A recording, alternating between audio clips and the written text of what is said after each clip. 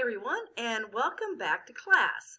The past two classes, we've been talking about the Gilded Age and all of the rise in population, the overcrowded cities, moving west, the rise of industrialization in America, and things along those lines. A lot of the undercurrent of the United States where it looked really nice on the outside to all appearances, but had a lot of corruption and rot up underneath.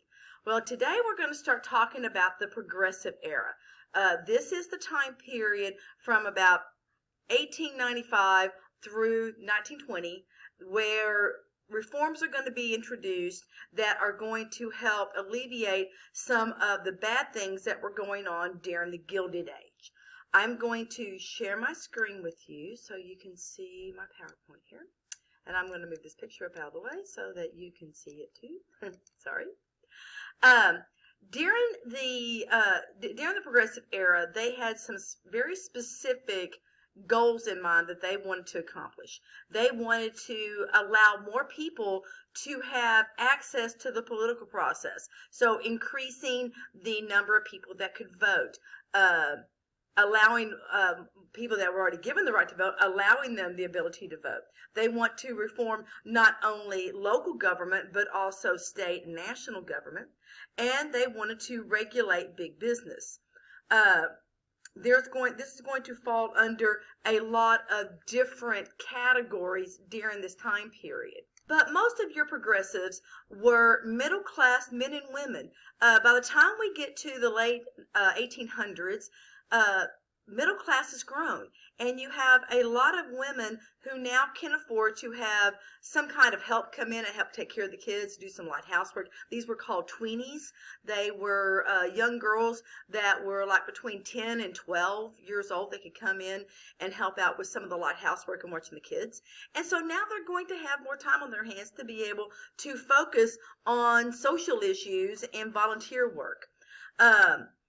A lot of the stuff that the progressives are going to do is going to come out of the populist movement that we talked about last class. So they want the unlimited coinage of silver to make farm prices go up. They want the direct election of senators. They want to set term limits. And that's something that we're still talking about today as far as Congress and setting term limits. They want the wealthy to pay more taxes. They want to set immigration quotas. And they want to limit the workday to 8 hours a day instead of the 10 to 14 hours that they were used to. It's like today, if you work a 40-hour week, that is, you get paid, if you're working by the hour, you get paid a regular rate per hour. But if you work over the 40 hours today, you'll get paid time and a half. That's overtime. If you work on a holiday, most companies will pay you double time for working on a holiday. Back during this time period, that didn't exist. And so these were some of the things that they were trying to get a hold of and get access to. Now, during this time period, sociology is going to become a new social science. The idea of studying how people interact with each other. Psychology is more how you react with yourself, why you think what you think, whereas sociology has to do with how people interact with each other. And so Auguste Comte is the one who first comes up with this. And it's going to cause people to look around themselves and say, well, what can I do to make things better? One of these is going to be with the Gospel of Wealth. And one of the leading voices in the Gospel of Wealth is going to be Andrew Carnegie, or Carnegie, depends on how you want to pronounce it. And they're going to say that because I've been so good, God has blessed me with all this wealth. And so it's my responsibility to give back to others. It also kind of comes out of that social Darwinism of natural selection. So you're going to have to keep in mind that with the Gospel of Wealth, especially with Andrew Carnegie, he's going to believe that it's good to help those, but only to help those that are willing to help themselves. He wasn't talking about just going out and throwing money around and let people just have it for nothing. He believed in helping those that were already showing initiative and trying to help themselves. It comes out of that idea of to whom much is given, much is expected. You may have heard this growing up. I know that we would tell my sons that because they were very, very talented in sports and in music. And so it was their responsibility to help others to become better themselves. And so it wasn't just, let me go and collect all the laurels and just go on my own way. It's, you need to pay back, you need to help other people.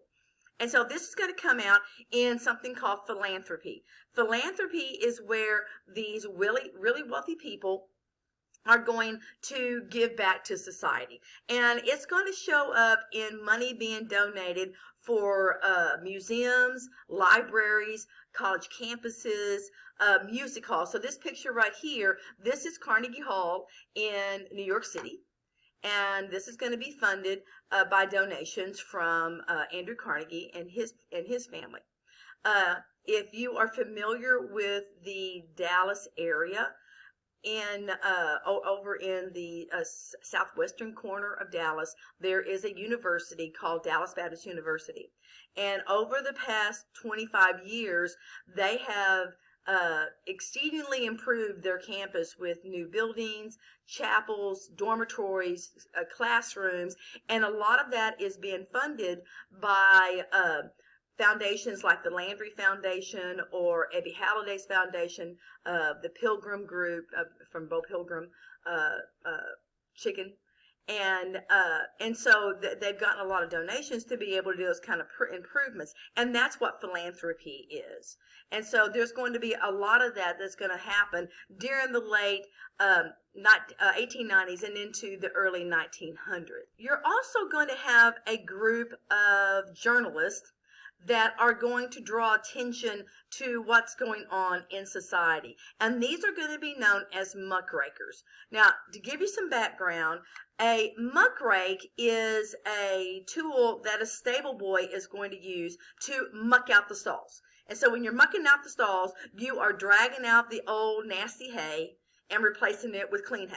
So it's really nasty. And to muck out something, to use it, be a muckraker, they were dragging all the nasty underbelly of society out in the open so that it could be cleaned up and improvements could be made.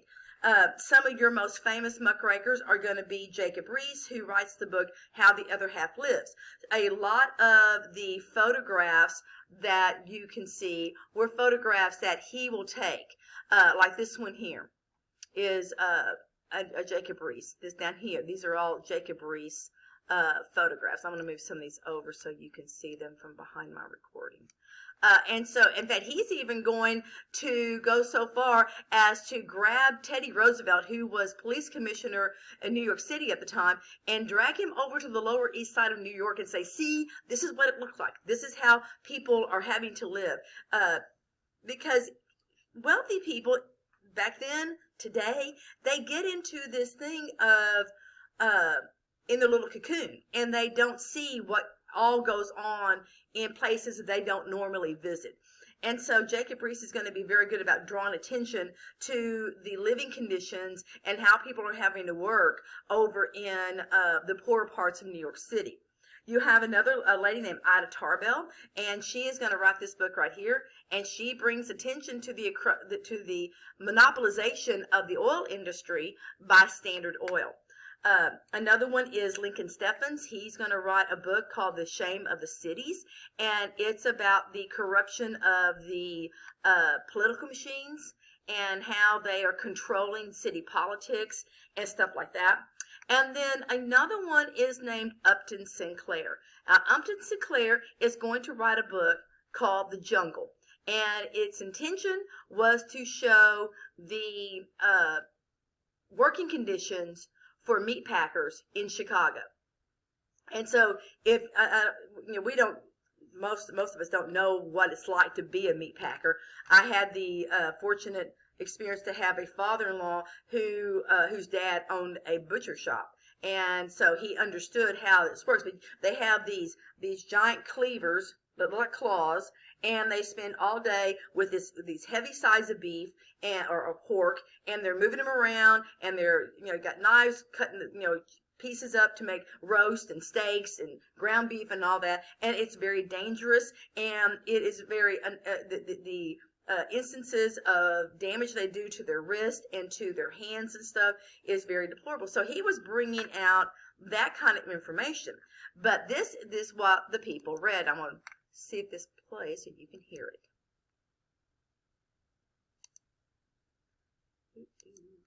Most of us learn what we know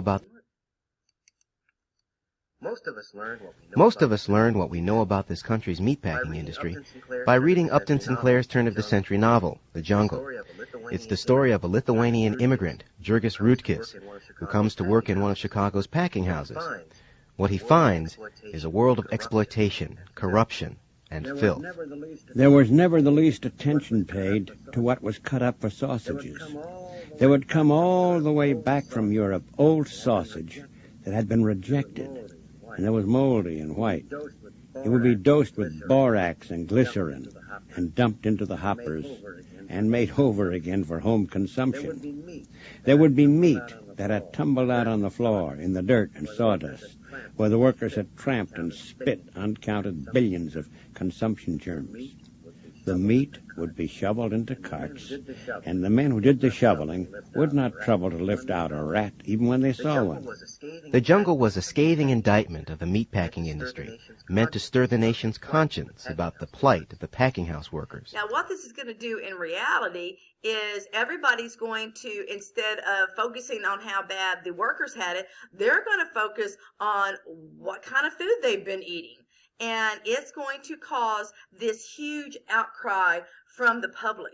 I mean, think about that. I mean, today we get really grossed out if we find anything wrong with any kind of food that we purchase. And back then, it was really a common thing to get food poisoning and those kinds of things. And so there's going to be a movement to improve the food supply in this country.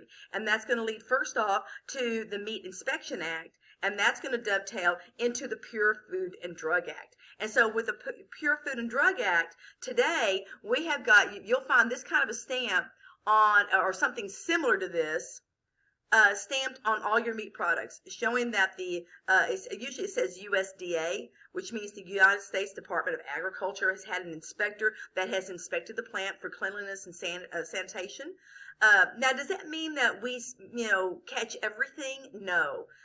We still have instances of E. coli, listeria, different things that will, get into our food, but it is immensely better than what it was 120 years ago. And so that's one of these are all the benefits of having these muckrakers, like today we call them investigative journalists. So we still have them around, but that's the benefit of having these kinds of individuals that are keeping up with what's going on behind the scenes. Now, as I was talking a minute ago, you have a group of middle class women that have a little more time on their hands. Immigration in the late 1800s has increased to the point where you have all these immigrants and their children are becoming a larger part of a city's population. And so therefore they have a bigger voice. And as women get new labor-saving devices that make their housework easier to get accomplished, they move more into the workforce, then they are going and become better educated. They're going to start speaking out about issues that are especially interested in women.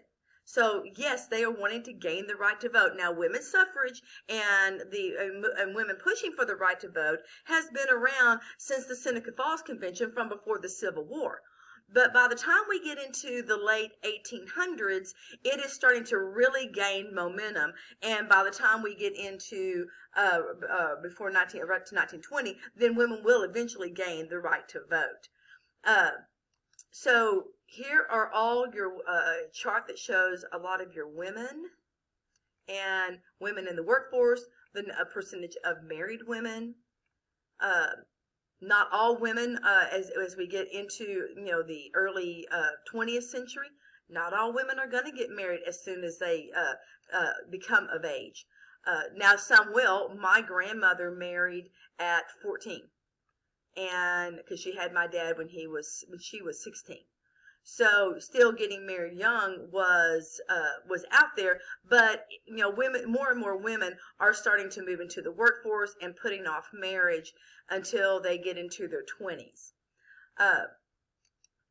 So here's some pictures of women and their jobs, women marching.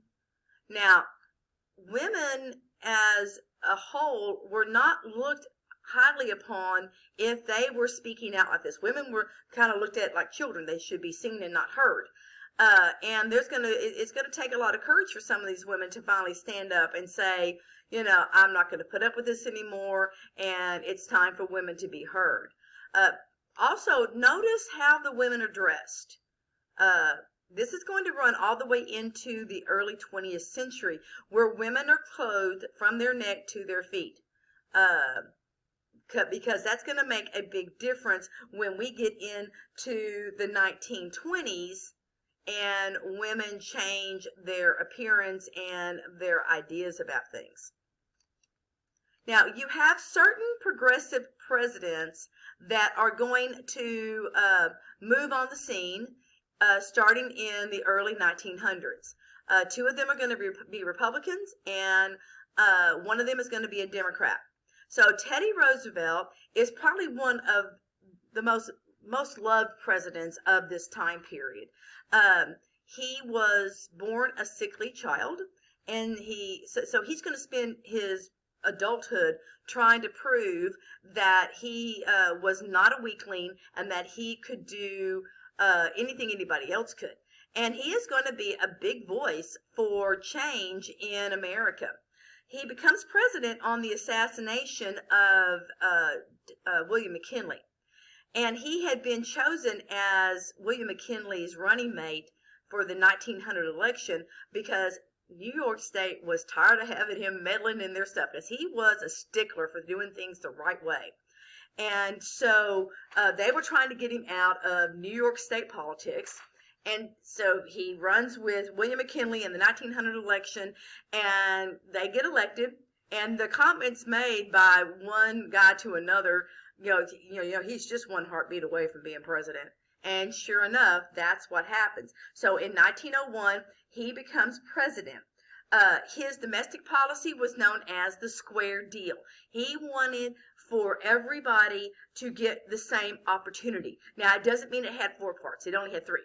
But to treat somebody fair and square meant that you were treating them to their best benefit instead of cheating them. And so the 3 parts of the Square Deal were control corporations, consumer protection, and conservation. And as president, he believed that he was in a prime position to be able to get this stuff accomplished. He called the presidency the bully pulpit, the best place to be able to speak out and be able to gain widespread support. Now, one of the first things he's going to do is help with the coal miner strike. Now, this is going to be the first time that anybody listened to the strikers that was like in government. And so he is going to step in and he is going to arbitrate the conflict between the miners and the management. Now, to arbitrate means that you're going to listen to both sides and see if you can hammer out a compromise between the two. That's known as arbitration. And when he does this, each side walks away with something they wanted. And this is going to be the first time that this happens for any kind of labor group that goes on strike. And so the miners are going to love him because they finally get at least something in their favor. With corporations, he is going to use the Sherman Antitrust Act and go after monopolies. Now, he has a hard time, and that's where this cartoon comes from right here. He kind of has a hard time distinguishing between what a good trust is and a bad trust. Now, and I need to make sure you understand that if someone's talking about a trust during this time period, they're talking about a monopoly. They're kind of interchangeable. The one monopoly that he is going to go after is the Northern Securities Company. It is led by J.P. Morgan. Yes, the guy that is with Chase Bank. And so he is going to go after these monopolies, trying to break them up and trying to allow more even competition across corporations. He's also going to be the president that is in charge when the jungle hits. And so he's going to push the Meat Inspection Act, and that's what this cartoon is up here. Now, I've used both of these cartoons in your visuals so that you can, if you ever see any of these on a test, that it is familiar. And so you know what you're looking at. So if you look at this cartoon here, you see Meat Scandal down here in the sludge. That's a muckrake, and it says investigation right there. And so they're trying to clean up the meat packing industry. And then for conservation, in this picture right here, Teddy Roosevelt's this guy right here. And yes, the teddy bear is named after him. He is not named because of the teddy, it's the other way around. Because if you look at his face right here, he looks kind of like a teddy bear. He's got little tiny eyes, little tiny ears. And so Teddy Roosevelt meets this guy right here. This is John Muir. He is the head. He's the one who founds the Sierra Club. It's a huge environmental club that's still around today. And they're standing at, this is Yosemite National Park where they're standing. And he is so impressed by John Muir and conservation that he is going to promote the National Park Service that gets established. And so Yosemite, Yellowstone, Rocky Mountain National Park, Mesa Verde, all of these are our very first national parks that are established across the country to preserve our beautiful spaces that are in our country. If you've never had a chance, I hope you get to at some point and go see Yellowstone. It is amazing. Stand in front of Mount Rushmore. You hear talk about it your whole life until you stand there and look up at those four faces. You cannot imagine the magnitude. It's just so impressive. And yes, Mount Rushmore is also going to be built and started during Teddy Roosevelt's administration. Now, during the Taft administration, Taft was Teddy Roosevelt's vice president. And so he is going to leave office and leave all of his stuff with with Taft, thinking that everything's going to be fine and dandy. And Taft is going to go after the monopolies. In fact, he is going to bust up more monopolies than Roosevelt does.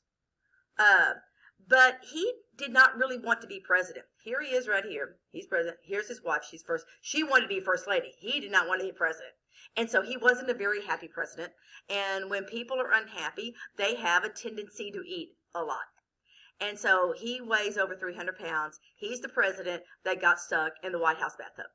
They had to pry him out and build a bigger bathtub for the White House because he got stuck in the White House bathtub. Now, he is got people that he's put on his cabinet to take care of things like conservation. So he is going to appoint this guy here, Ballinger, as Secretary of the Interior. Under the Roosevelt administration, this guy here, Gifford Pinchot, had been put in charge of the Forestry Service and was still in charge of the Forestry Service. Well, Ballinger is allowing the use of public land, and Pinchot is going to call him out on it. And there's going to be this huge squabble that goes on between these two men to the point where Taft is going to fire Pinchot. Well, this is going to fire up Teddy Roosevelt. Now, when Teddy Roosevelt left office, he packed up his bags and he went off to Africa to go on safari. Okay, and so he is going to come storming back from Africa to run against Taft in the 1912 election. Now, I want to move some of these pictures over so I can get this one out where you can see it better. I'm going to put that one up here. Put this over here. So, in the 1912 election, you're going to have these three guys running for president. Now, Teddy Roosevelt comes back and he's going to compete with Taft for the Republican nomination, but Taft is going to get that. So, Roosevelt's going to run as a third party. It's going to be nicknamed the Bull Moose Party. And that was because when he came back from Africa, they're going to ask him, "Sir, are you fit to run for president again?" And he's going to say, "I am fit as a bull moose." And so that's where that comes from. Now, but in essence, these two guys here are both Republicans. He's just running as a third party. And then Wilson here is a Democrat, Woodrow Wilson. And so when the election comes up, people that would have all voted for Taft as a Republican, half of them are going to vote for Roosevelt. And it's going to split the Republican ticket. And it's going to give Wilson the election in 1912. I don't know if y'all recall the 2016 election, but there was a lot of worry that if Trump didn't get the Republican nomination, that he would run as a third party. And so they got him to sign an agreement that he would not. Once he got the Republican nomination, they had the same concern with Bernie Sanders running as an independent against Hillary if he didn't get the Democratic nomination. And so that's where those kinds of things come up.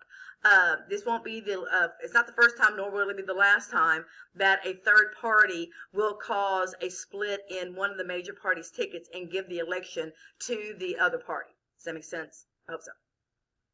So Woodrow Wilson is going to become president in 1912. So he is the Democrat out of the three. So Roosevelt and Taft are both Republican, and then Woodrow Wilson is a Democrat. And while he is president, he is going to introduce a program called New Freedom.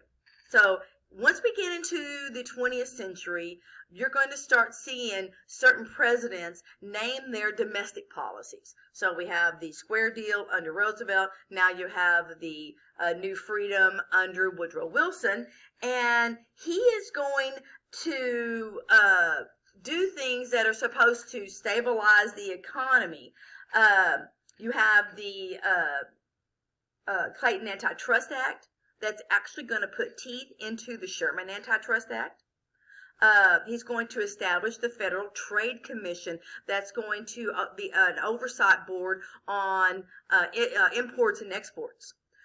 He's going to establish the Federal Reserve Act and board. Now, this is a group that oversees all the national banks in the United States. So there are 12 districts across the country.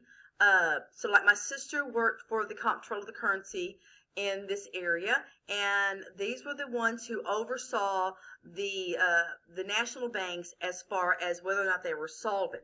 Now let me real quick talk about the difference in this work, as most people know what solvent means when you're talking about science, but very few people know what solvent means when we're talking about economics. So if a bank is solvent, that means that it is making money. It is writing with black ink. If it is not solvent, so insolvency, then it is writing with red ink. I'll talk more about that when we get into the Great Depression, but I kind of wanted to give you an idea about solvency and how these banks and the Federal Reserve Board actually keeps an eye on the national money supply and the banks and stuff like that. And then they're also going to pass the Underwood Tariff during Wilson's time in office. The 17th Amendment gets passed during his time in office, whereas the 16th Amendment got passed during the Taft administration. And so there's going to be a lot of reforms. Some of them are social reforms, some of them are economic reforms, and then some of them are political reforms. And so I want to move into those. Your government reforms are going to happen at all levels. So in local government, we're talking about, cities, counties, stuff like that. There's going to be two different reforms. You're going to have the city manager form of government and the commissioner form of government. And here in this area, we can see examples of both. If you have got a mayor and a city council that oversee a city manager, then that's your city manager form of government. The first one to use this was Dayton, Ohio, and they effectively used this form of government to get past this 100-year flood that's going to flood the city of Dayton, Ohio. The commissioner form of government is when you have got 5 commissioners that all have equal power that help run the city, or in our local case, the county. So like Dallas and Fort Worth both have city manager forms of city government, but I know for sure Dallas has got a commissioner form of county government. Right? And so this is a picture of Galveston after the 1900 hurricane that just about wipes Galveston off the map. Totally floods over the whole island. And so this commissioner group is going to make decisions where they're going to raise the island by 8 feet and build the seawall to so that when hurricanes come in, the seawall's kind of curved, and in some cases the tidal surge gets thrown back into the Gulf of Mexico. Now, it doesn't fix everything. Some hurricanes, if they're a Cat 4 or a Cat 5, it's not going to fix that. Or like with Hurricane Harvey, it wasn't the tidal surge that caused all the damage. It was the nonstop rain that flooded everything. But it is going to salvage Galveston after the worst natural disaster in the United States to this day. Over 5,000 people are going to be killed in that hurricane. And so those are your two local reforms of government. On the state level, they're going to introduce the initiative, the referendum, and the recall. Now, this is introduced by a guy named Robert La Follette out of Wisconsin. And Wisconsin was known as the laboratory of democracy at this time. And so you've got the initiative, which means that anybody can go and propose a law and get everybody to sign off on it and take it down to the Capitol and present it to the legislature. Right? So say you think that there needs to be a law that makes people stop at railroad tracks before they cross them and have those guard arms. And so you're going to write that up. You're going to get everybody to sign off on it, and you're going to propose that. Okay? So that's the initiative. An individual can take the initiative to propose a law. The referendum is if it's a really contentious piece of legislation that the state government's talking about, they are not going to vote on it in legislature. They're going to put it out there for everybody, all the voters in the state to vote on it. So like when they decided to have a lottery in Texas, there was a lot of back and forth, and people liked it and people didn't like it. And so they put it out there as a referendum for everybody to vote on it. If Texas ever decides to do a state income tax, it'll happen the same way. There is not going to be a legislator in Austin that is going to want to lose their political career over voting yes or no over a state income tax. It's going to have to go out to everybody to vote on. And then the recall is where an elected person in the state, you don't like the job they're doing, you think they're being inept and ineffective, you can vote to have them recalled. Currently, in 2021, there is a recall going on currently in the state of California for their governor there. It's not the first time they've done this. Several years ago, they had another recall. They didn't like the governor and what he was doing. They recall him, and then they have to have another election to elect a new governor. And that's how Arnold Schwarzenegger got to be governor of California back in that time.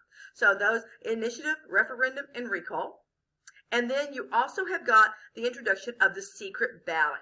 At this point, you can vote, and nobody can know how you voted. Up until this point, everybody knew how everybody voted, and there was a lot of officials that would pressure people to vote one way or the other and threaten violence upon them if they did not do so. And so the secret ballot got rid of all that. And so these were all the government forms that were on the state level. And then on the national level, you're going to have 4 amendments that are going to get passed. The 16th Amendment is going to establish the income tax. We always managed to run our government fine and dandy until 1909 without a federal income tax, but they've had one ever since then. And then in 1913, they're going to pass the 17th Amendment to where we have the direct election of senators. So that we, instead of having a caucus group in Austin decide who our state senators are going to be, now everybody in the state gets to vote on that. And then in 1917, they're going to pass the 18th Amendment, which is going to outlaw the sale, manufacture, and transportation of alcohol. Now, I'm not going to talk a lot about that right now because it doesn't really have an impact in this time period. When we get into the 1920s, that's when it's really going to have an impact. So I'm going to save the prohibition until we get into the 1920s. And then the 19th Amendment, finally, after over 50 years, 60 years of fighting for this, in 1920, women are going to get to the right to vote with the 19th Amendment. Now, what happens with this is that women's work ethic and their ability to pitch in during World War I is what's going to change Woodrow Wilson's mind, and he's going to start supporting women getting the right to vote. If you will look on Blackboard, right under these this lecture slide, I will have posted there a cute little song that's been refashioned for women getting the right to vote. It's a little video that you'll like, that'll be interesting for you to watch. And it's based off of Lady Gaga's song Bad Romance. And so make sure you go and look at it. You'll enjoy it. You'll never listen to that song the same way again, but you will enjoy it. And so these are the major reforms that are going to happen during this time period that are going to address all different levels of society, whether it's political reforms, social reforms, or economic reforms. It's going to cover all three areas. And so the impact of progressivism on the nation is now you have a government that's more involved in keeping an eye on what's going on across the country, making sure that corporations are not taking advantage of the consumers or of small businesses. Now, you have to be careful. You can't have too much oversight or business will contract and not expand. But so you have to have that happy medium where you have some restrictions and some free enterprise so that it doesn't, so that it balances itself out. They're going to expand democracy. All of those reforms that have to do with getting people more involved in the political process is going to expand the power of the voters. And then the government is going to step into a role, and at this point it's rather a tiny role, but it's going to expand over time, is protecting consumers and children and the environment at this time. At this time, though, there's not a lot of protection for minority groups. I mean, women getting the right to vote was a really big deal, but you still have a lot of other minority groups based off of race that are not going to have a lot of these protections. And then they're also, the graduated income tax. This is one of the things that comes directly out of the Populist Party. And so it's a system where the more money you make, the higher the percentage of your income can be taxed. So like today, the people that are really, really wealthy, they pay like a 50% tax bracket. So, whereas people who make less, you have I think there's like a 20% tax bracket and a 23% tax bracket. So it kind of goes up in increments. The more you make, the higher the percentage of your income is taken for income tax. Now, next, at the bottom of your notes, there is a prompt. It says, to what extent did progressive reforms of 1900 to 1917 effectively address problems created by the growth of American industry? Okay. Now, when you're looking at this question, you need to underline the growth of American industry. So you want to look at reforms that are going to address the worker. So like your Antitrust Act, your things to do with your working conditions, the meatpacking industry, okay? And then, so what was the problem? And then what kind of reform was put in place to fix it? So a lot of immigration, settlement houses. And make sure that you not only identify it, but you define it. And then tie it back to how it was a problem because of the growth of industry. And that way, if it ever shows up on a quiz or a test or an essay, then you've been practicing how to do that, how to identify your evidence, how to describe what that evidence is, and how to tie that evidence back in to your prompt and to your thesis, so that you keep your essay on track and you have completely answered the question. Next class, I'm going to move into talking about the foreign policy. So it's basically the same time period. Sorry, it's 1890. But we're going to be talking about foreign policy instead of domestic policy. So until we get together again, y'all have a good one. Bye.